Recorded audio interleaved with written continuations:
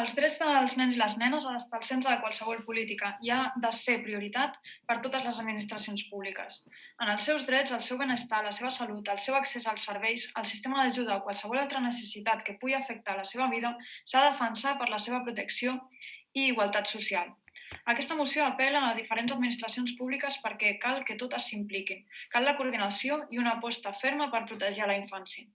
Catalunya és la terra del volem acollir i això implica que les polítiques sobre migració i especialment les referents a la infància responguin a aquest sentit social. En aquest sentit, el nostre municipi promou un model intercultural d'educació universal i basat en els valors de respecte a les diversitats de gènere i d'origen, de la igualtat de drets, així com d'oportunitats per a totes les persones. Aquesta realitat curricular contrasta amb l'evidència que els sistemes jurídics i administratius d'inclusió cap a la plena ciutadania, com la llei d'estrangeria, deixen fora un elevat nombre de menors en situació irregular. La mort dels menors amb la seva mare romanesa i pare pakistanès que es va produir a Barcelona, com d'altres que conviuen entre nosaltres en situació de pobresa i infrahabitatge, es podrien evitar si prioritzem l'interès superior del menor sobre el control de fluxos migratoris, modificant el règim comunitari, la llei d'estrangeria i el sistema de protecció social. També és important reforçar a nivell local els drets del menor.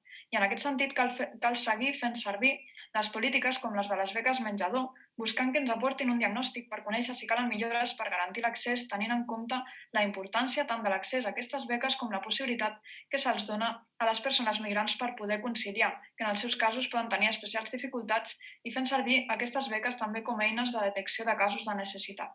També seria adient que el simple accés al padró es converteixi en un servei de derivació a serveis bàsics especialitzats de migració i ciutadania, mitjançant una taula de benvinguda per persones empadronades.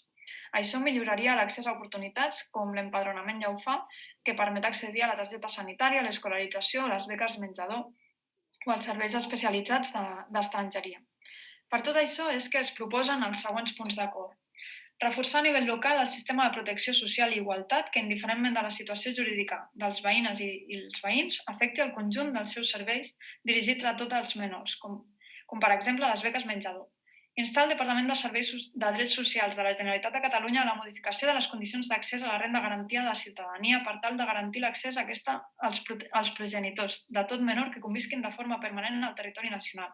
Instar la Direcció General de Migracions, Refugi i Antiracisme de la Generalitat de Catalunya que defensi davant d'altres institucions una proposta de protecció integral dels menors en situació irregular i les seves famílies similars a les del País Basc. Instar al Ministerio de Inclusión, Seguridad Social y Migraciones a elaborar una modificació de la llei d'estrangeria per donar cobertura jurídica al conjunt de menors i progenitors que conviuen de forma permanent al territori nacional.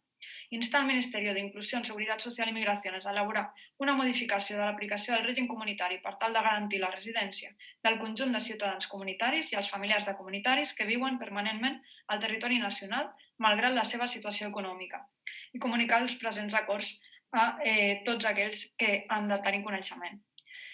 Aquesta seria la presentació de la moció. Moltes gràcies. Moltíssimes gràcies. Grups que volen intervenir en explicació, perdona, en fase de debat.